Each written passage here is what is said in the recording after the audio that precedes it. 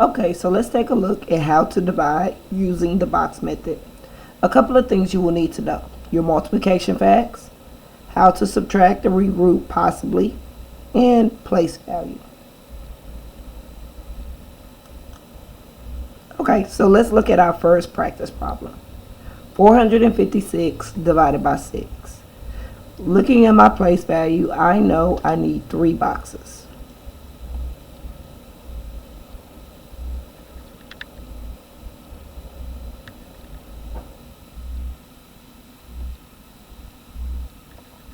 Putting my divisor on the outside and just simply giving each number its own box. Now I would just simply divide like I normally would. Does 6 go into 4?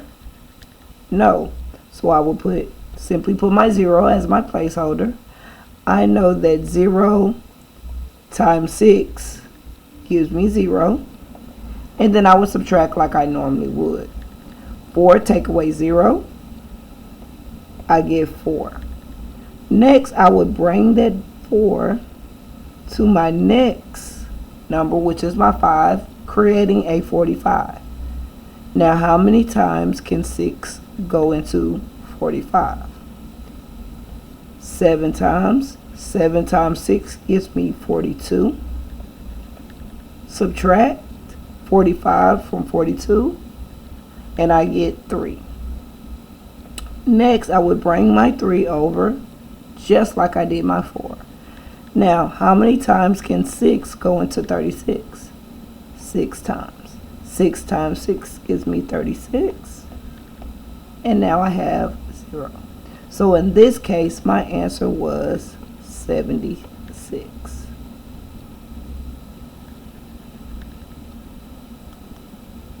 Let's try practice number 2.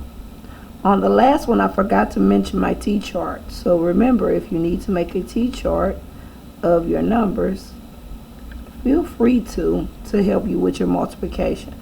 So in this case, 1 times 9 gives me 9, 18, 27, 36, and 45.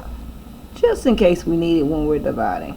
So now let's go ahead and do the exact same thing that we just did by creating our boxes. We would need 4 boxes for each number. 2, 3, 1, 3, and then my divisor would go on the outside. Now we start dividing. How many times can 9 go into 2? 0 times. 0 times 9. That gives me 0, and then I subtract. 2 take away 0, I get 2. I would carry my 2 over. In this case, how many times does 9 go into 23? You can go and reference your T-chart if needed. 2 times. 2 times 9, that gives me 18. That gives me 5. And then I would bring my 5 over. So now I have 51. How many times can 9 go into 51? We know my next one would be 6, which in this case is 54. So in this case, we have to stop at 5. It goes in there 5 times. 5 times 9 gives me 45. And I subtract. And I get 6. Last thing is, again, bring it over. And my last number is 63. I can go ahead and continue my T-chart, and I know that 7 times 9 gives me 63. So that means it goes in there 7 times. 7 times 9, 63. And so my answer is 257.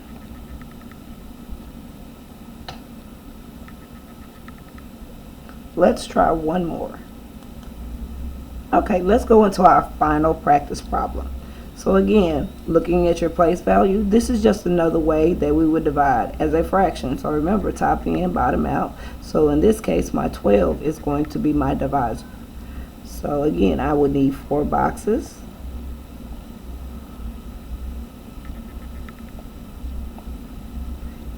Would go on the outside. 1, 7, 4, and 0. Let's start dividing. How many times can 12 go into 1? 0 times. I have 1, I bring that over. How many times can 12 go into 17? Just 1 time. 1 times 12, that gives me 12, and then I subtract. 7 take away 2, I get 5, and I'm going to bring that over. So now I have 54. How many times can 12 go into 54? 4 times. 4 times 12 gives me 48. And now I subtract. My answer is 6.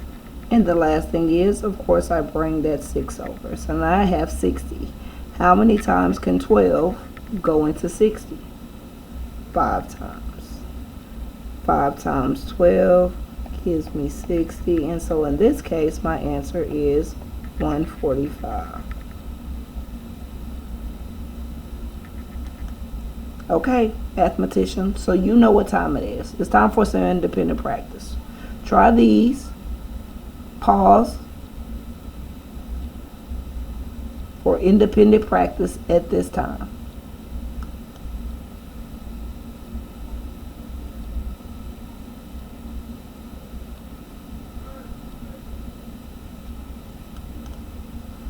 Go ahead, let's check your responses and see how you did.